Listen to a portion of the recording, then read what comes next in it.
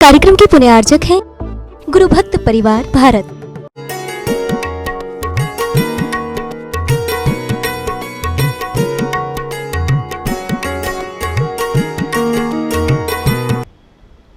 अंत में जब श्री दत्त मरण को प्राप्त हुए और उनकी पत्नी विशाखा दत्ता मरण को प्राप्त हुई और जब गुणपाल वैशाली नगर से लौट करके अपने नगर में आए, राजा ने अपनी बेटी का संबंध किया।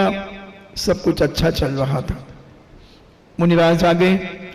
मुनिराज ने वार्तालाप हुई। किसी ने पूछा कि भगवान, धन कीर्ति का ऐसा कैसा पुण्य था कि इनको राजपद मिल गया, नगर सेठ का पद मिल गया, इतनी छोटी उम्र में इनको सब क्यों मिला, इतना सुंदर रूप क्यों मिला, इतना बल क्यों मिला, और सारे जगत में इनका यश क्यों फैल रहा है। जो भी इनको देखता है एकदम प्रभावित हो जाता है और इन्हें इतनी खुशियां क्यों मिली। तब पूज्यवर कहते हैं, सुनो हे बब्ब पुंडरीक, पूर्व जन्म में एक धीवर था। जिन्होंने 1 महीने का प्रवचन नहीं सुना, उनके लिए मैं 15 मिनट में पूरा 1 महीने के प्रवचन का सार दे देता हूं। और पूर्व जन्म में यह धीवर था, एक मछुआरा था, मछली मारने वाला एक धीवर था। इसे पूज्य यशोधर महाराज का प्रवचन सुनने मिला और इसने उस समय एक मछली का त्याग किया कि मेरे जाल में जो सबसे पहली मछली आएगी उस मछली को मैं मारूंगा नहीं, उसको छोड़ दूंगा। और वो मछली एक दिन में 5 बार इसके जाल में फंसी और इसने 5 बार उसे छोड़ दिया। और जब ये घर लौटा तो इसकी पत्नी ने इसे घर में प्रवेश नहीं दिया, क्योंकि उसने पूछा कि तुम खाने के लिए क्या लाए हो। इसने कहा कि आज एक दिगंबर मुनिराज के चरणों में बैठकर मैंने पहली मछली का त्याग किया था और वही मछली बार बार फंसी, मैंने छोड़ा और उन्होंने मुझे एक मंत्र दिया। और बाहर झोपड़ी के सामने एक खंडर महल मकान था। उस मकान में वह विश्राम करने के लिए लेट गया और रात्रि में सांप ने उसे काट लिया। वह पंच नमस्कार मंत्र पढ़ रहा था और मंत्र पढ़ते पढ़ते उसके प्राण निकल गए। वह मर करके गुणपाल की पत्नी धनश्री के गर्भ में आया और गुणपाल की पत्नी धनश्री के गर्भ में आया, वहां पलने लगा। मगर गुणपाल की बेटी से पाणी ग्रहण करना चाहता था वहां का राजा। पाणी ग्रहण समझते हो ना, विवाह करना चाहता था।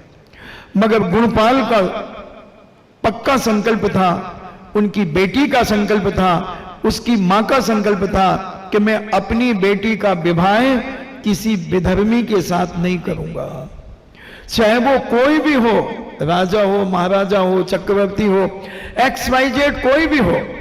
मैं अपनी बेटी को शेर की मांद में फेंक दूंगी, मैं हाथी के पैर से कुचला दूंगी, मगर अपनी बेटी का विधर्मी के साथ विवाह नहीं करूंगा। इसका बहुत विस्तार से मैंने शुरू में प्रवचनों में बताया है।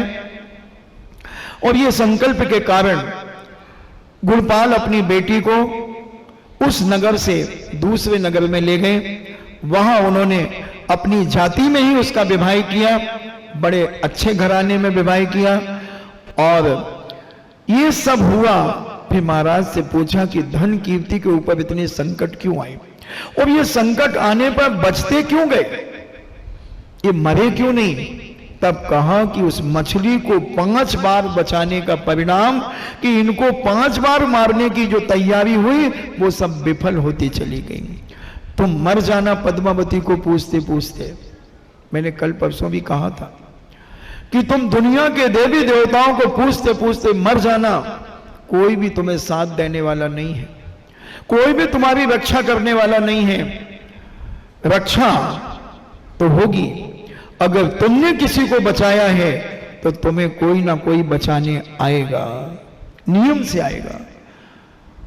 अगर तुम देवी देवताओं की पूजा करोगे और जैन कुल में जन्म लेकर तुम यहां वहां जहां तहां मस्तक झुकाओगे तो तुम्हारे पुण्य का टीए कटेगा इतनी गिर गए हम तो मोटरसाइकिल में जाते हैं, पिपिप पिपिप क्यों बजा दी भाई?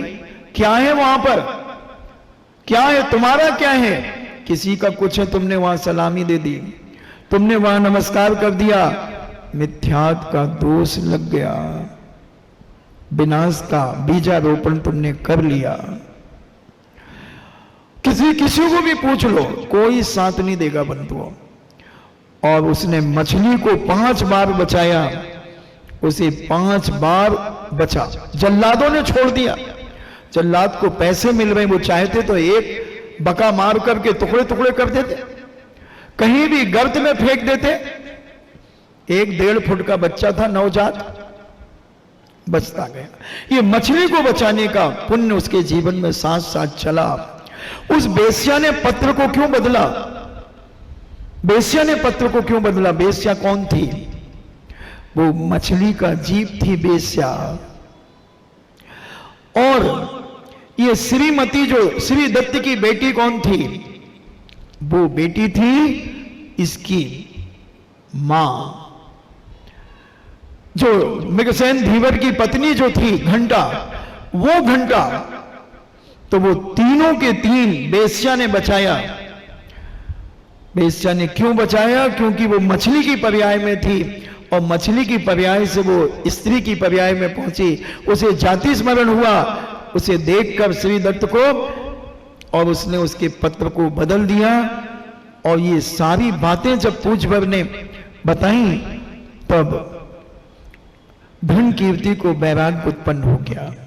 धन कीर्ति कहता है जीवन अमूल्य है, ना जाने अब दोबारा ये मनुष्य पर्याय मिली कि ना मिली, कहीं 2000 सागर में 84 लाख योनियों में न भटकना पड़े। हो सकता है ये मनुष्य पर्याय का अंतिम भाव हो, क्योंकि 2000 सागर वर्षों में 48 भाव मनुष्यों के मिलते हैं। इसमें 16 स्त्री के मिलते हैं, 16 मनुष्य के मिलते हैं, और 16 किन्नर के मिलते हैं। क्या पता ये अंतिम भाव हो, और मैं अगर इस भाव में अपना कल्याण न कर सका तो फिर 84 लाख योनियों में भटकना पड़ेगा। उसी समय वो वैराग्य से भर जाते हैं। और पूज्य यशोधर, ये यशोधर नाम के महाराज के चरणों में निवेदन करते हैं, दीक्षाम देही, और वहीं केसरुंज करना शुरू कर देते हैं। केसरुंज एक ऐसा वैराग्य का कारण है बंधुओं। केसरुंज भेद विज्ञान कराता है। केवल बातें करना, समय साल पढ़ करके भेद विज्ञान की चर्चा कर लेना बहुत अलग बात है, और भेद विज्ञान का प्रैक्टिकल करना बहुत अलग बात है। और यहां पर उन्हें वैराग्य उत्पन्न हुआ। विचार करते हैं, क्या है जिंदगी, कहां एक धीवर की पर्याय में मैंने अपना जीवन यापन किया, और इस महामंत्र के प्रभाव से जो गुरु महाराज ने नमोकार मंत्र दिया, वह जपते जपते मेरा मरण हुआ, और मैं मर करके एक सेठ के घर में मेरा जन्म हुआ। मेरी उन्नति तो हुई है, क्यों ना अब ऐसा कोई उपाय किया जाए कि इस मनुष्य पर्याय को भी छोड़कर मोक्ष के मार्ग पर चला जाए, और एक दिन इस मनुष्य पर्याय को छोड़कर सदा के लिए स्वर्ग में नहीं मोक्ष में जाकर के बैठा जाए।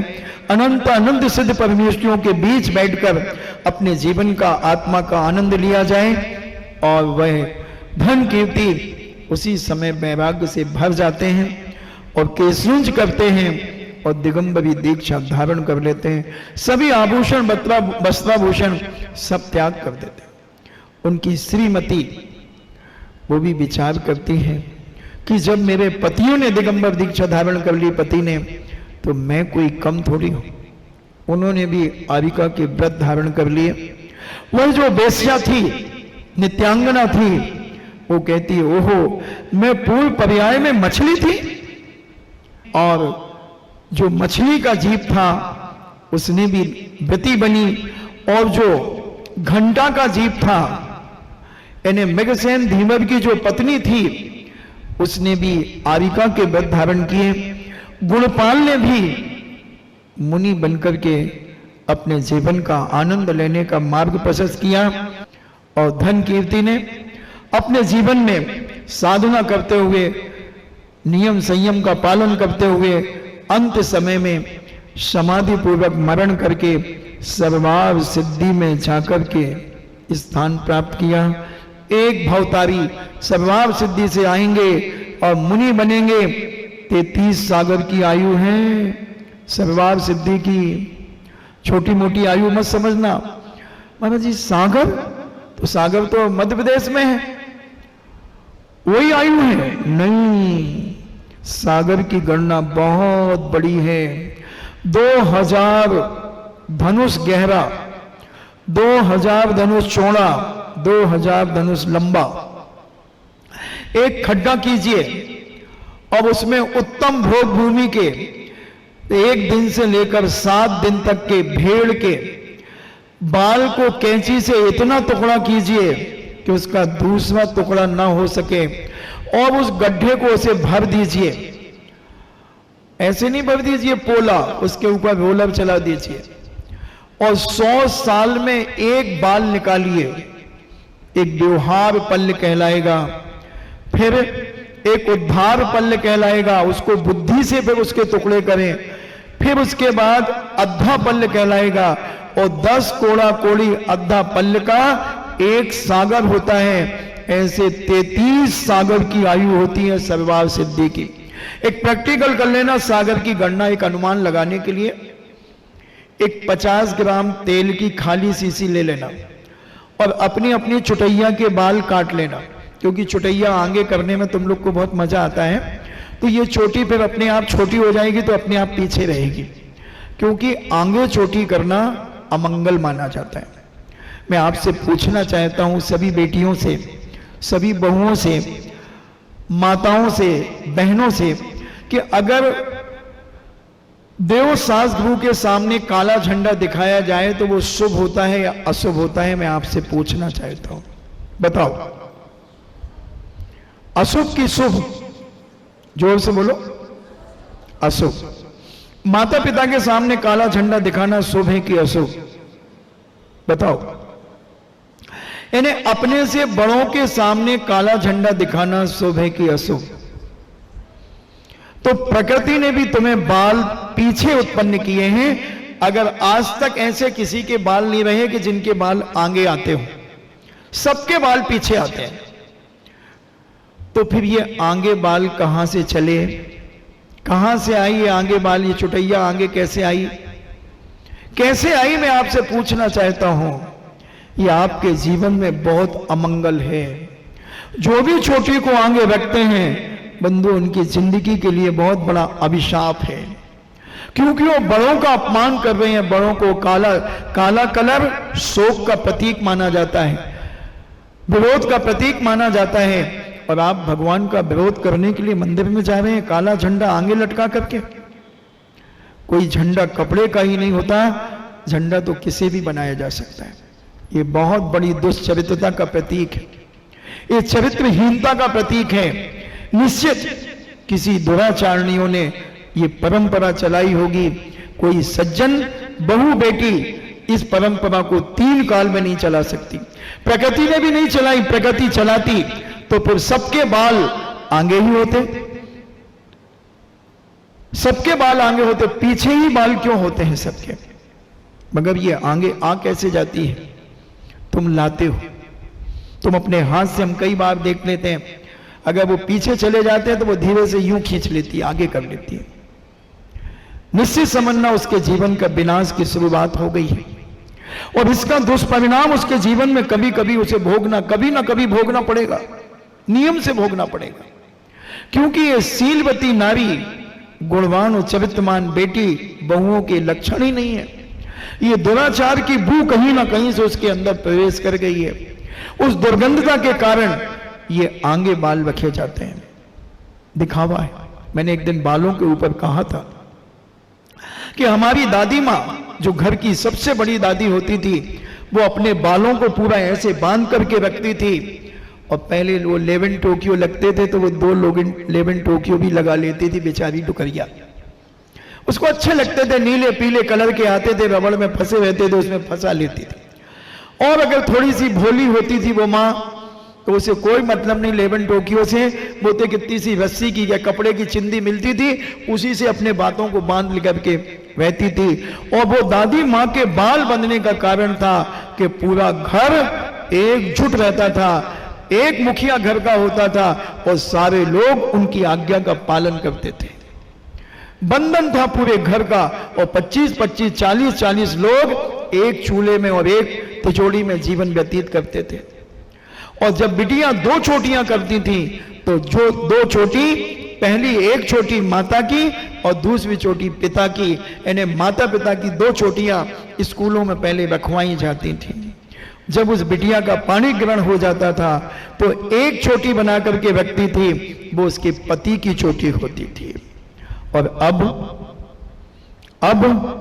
न पति की चिंता है, न बेटी की चिंता है।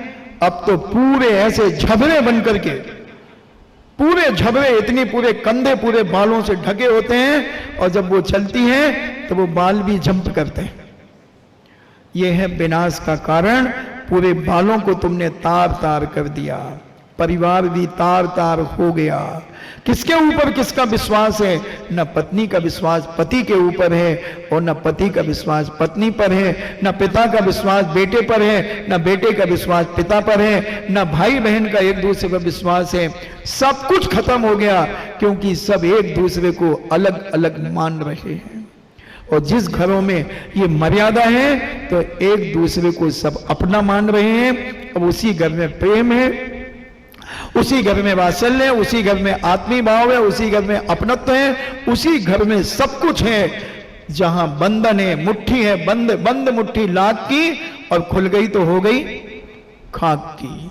विचार कर ले, अभी भी कुछ नहीं बिगड़ा। सुबह का भूला शाम को घर लौट के आ जाए तो मैं उसे भूला नहीं कहता, मैं उसे डिज्नीलैंड का झूला कहता हूं। यानी जब जागे तब सवेरा है। बंधु, ये बहुत बड़ा ज्योतिष है, बहुत बड़ा वास्तु है, ये सारी चीजें हैं, मगर हम इस भौतिकवाद में ऐसे गाफिल होते चले जा रहे हैं, स्वयं भ्रष्ट हो रहे हैं। सामने वाले को भी हम अपनी क्रियाओं से, अपनी चाल चलन से भ्रष्ट कर रहे हैं। कुछ भ्रष्ट हैं और कुछ भ्रष्टों के द्वारा भ्रष्ट हैं। ये विनाश के कारण है बंधुओं। समझें, अहिंसा धर्म की महिमा आपने समझी। अपन यीशु की अहिंसा समझेंगे, महावीर स्वामी की अहिंसा समझेंगे, और बौद्ध की अहिंसा समझेंगे। अहिंसा से बात करना और अहिंसा की बात करना में कितना अंतर है, क्या है, अपन समझने का प्रयास करेंगे इन्हीं मंगल भावना के साथ। परम पूजनी द्वादशांग जिनवाणी माता की।